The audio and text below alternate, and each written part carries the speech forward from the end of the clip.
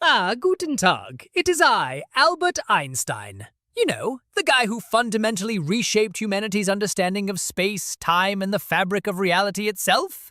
At the center of all this, of course, is mass. The larger the mass, the more pull it has. Take, for instance, the black hole that is the ego of Kanye West. This former presidential candidate, Nerf foam fashionista, Grammy Award winner, billionaire, self-acclaimed god, and self-acclaimed Nazi, doesn't care what you think of him or his rhinestone-studded bondage mask, as long as he can attract the spotlight. Or so it would seem. But there is so much more to know about this seemingly astronomical figure, who in reality is only, yay, big. What makes such a seemingly average college dropout think he is the center of the universe? With such a strong gravitational pull, it's no wonder Kanye can't get over himself. But black hole he is not, which means we should be able to shed some light on the subject. Let's dive in and take a closer look at how Ye has it.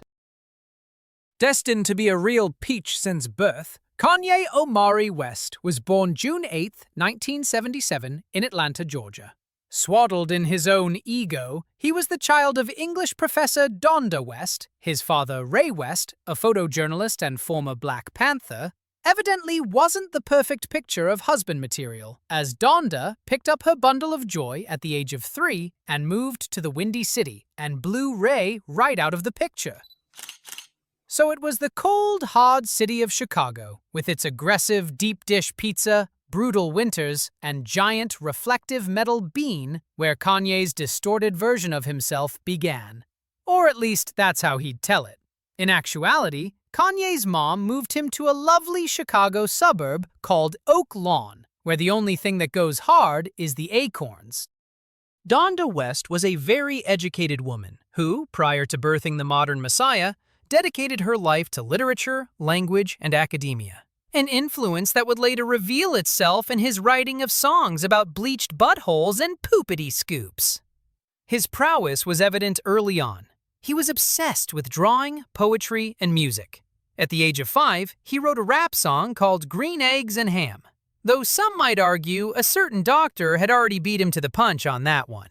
We won't mention any names, just in case said doctor sues. But hey, cut him some slack. The kid was 5 years old. The only thing you produced by that age was a diaper load of crap.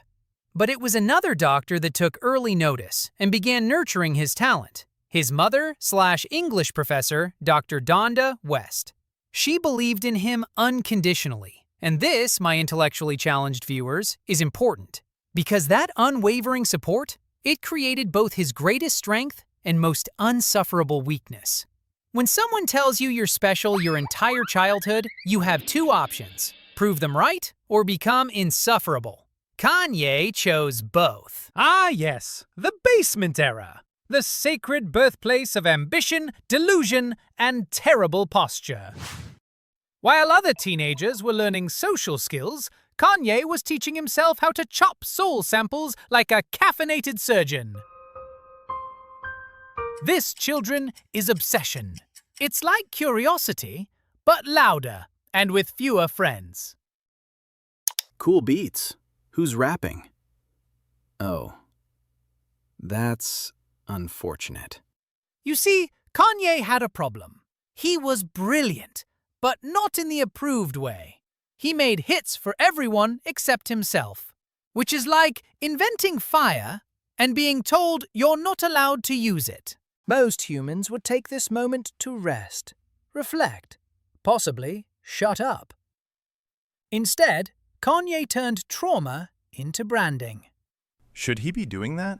No, but it is very on brand. Suddenly, the industry had a problem. The producer wouldn't stay in his place. And just like that, Kanye West arrived. Not because he fit the system, but because he broke it and dared it to stop him. I told you. Yes, you absolutely did.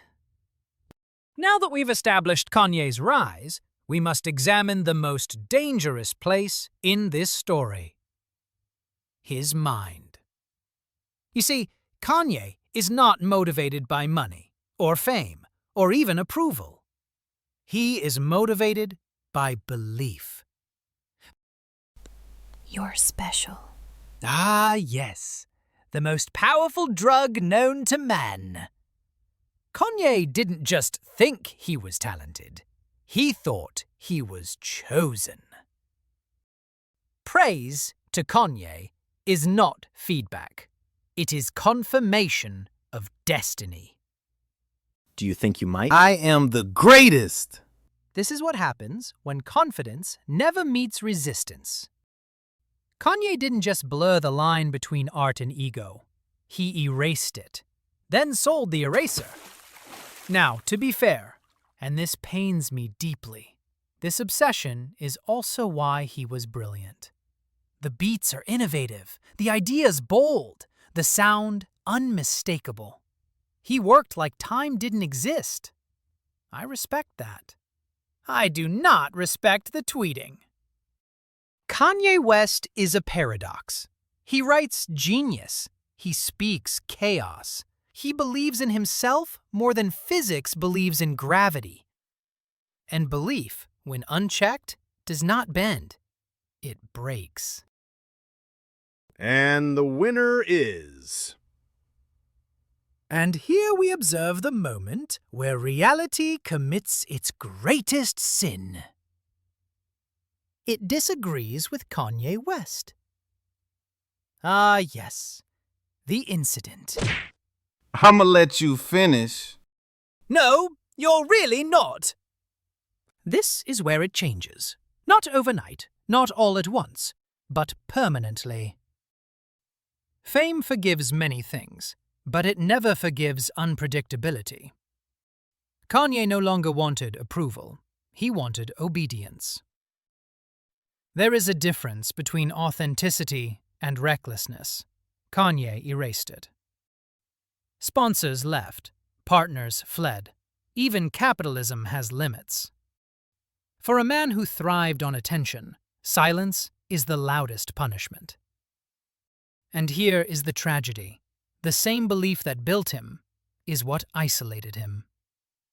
Kanye West changed music. That is undeniable. He expanded sound, challenged form, gave permission to be different. But he also proved something far more universal. That unchecked belief does not elevate forever. It collapses inward. Even stars burn out, especially the ones that refuse to orbit anything but themselves. So what are we left with? A man who changed music, redefined celebrity, turned vulnerability into innovation, and innovation into spectacle. Kanye West is not a villain. He is not a hero. He is a case study.